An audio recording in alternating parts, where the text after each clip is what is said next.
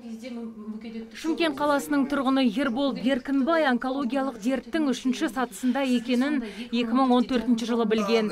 Дегенмен 29 жастағы жігіт қатерлі ісікпен күресіп өмір сүруге деген құштарлығын ешқашан жоғалтпағанын айтады.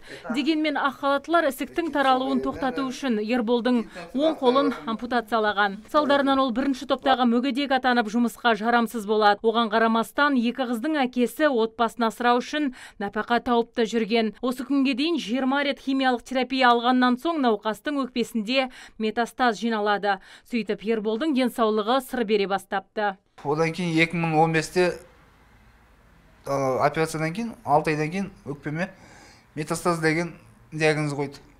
Обоих легких деген. Сөйтіп химия алып жүрдім. Осы уақытқа дейін мен декабрьдің 23-не дейін мен 20 курс общий химия алдым. 2016-та өкпеме операция сол өкпеме Алматыда жасаттым, онда Казмиорда.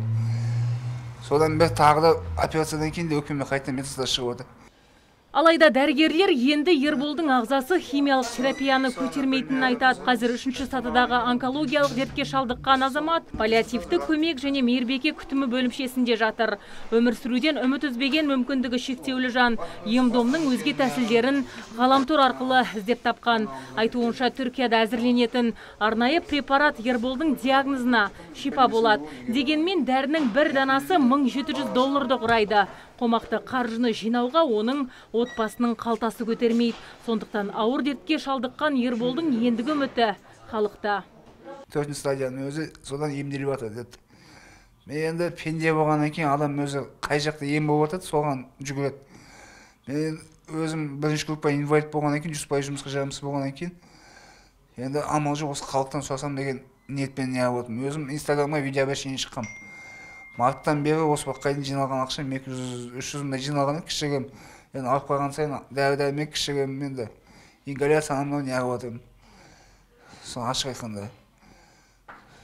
Сол қазір шотымда 260 мыңдай ақша бар. Общий оның дәрілерін сұрағанымда мен Алматыда представителер бар екен. Сол видеоның арқасында консультация звондағаным. Сол айтты, болады деді. Диагноз осындай дегенім, олар дәріні басында январда $1000 тұрғын. Мен звондадым февральда ма, мартта ма, сол кезде $1700 деп айтты олар маған, бір дәрінің өзі 1 штук. Мен диагнозмен 10 штук дәрі ішуім керек екен. 10 штук, 10 курс былай айтқанда. 10 курсын $17 мың, $20 мың дейін барады деді. Ол дәрінің өзі. Енді жол көрем бәрі анау бар дегенде, енді общий санағында теңге емес, 10 миллиондай кетеді екен былай қарағанда. Ош одан төмен кетуім, кем төмен алым. Страховкамен айтып отқан нем. Ол мен өзім пайдама неғып отқан жоқпын. Мен просто екі қызым үшін өмір сүргім келеді. Анам бар, екі бауырым бар, ағайын тұс бауыр дегендей. Сол екі қызды өсіру дегендей бар. Сауапты іс жасап, Ербол Беркінбайға көмек қолын созам деушілер экранда көрсетілген нөмірге хабарласа алады. Азиза Мадияр, Дастан Абдиев, ТВК телеарнасының жаңалықтар қызметі.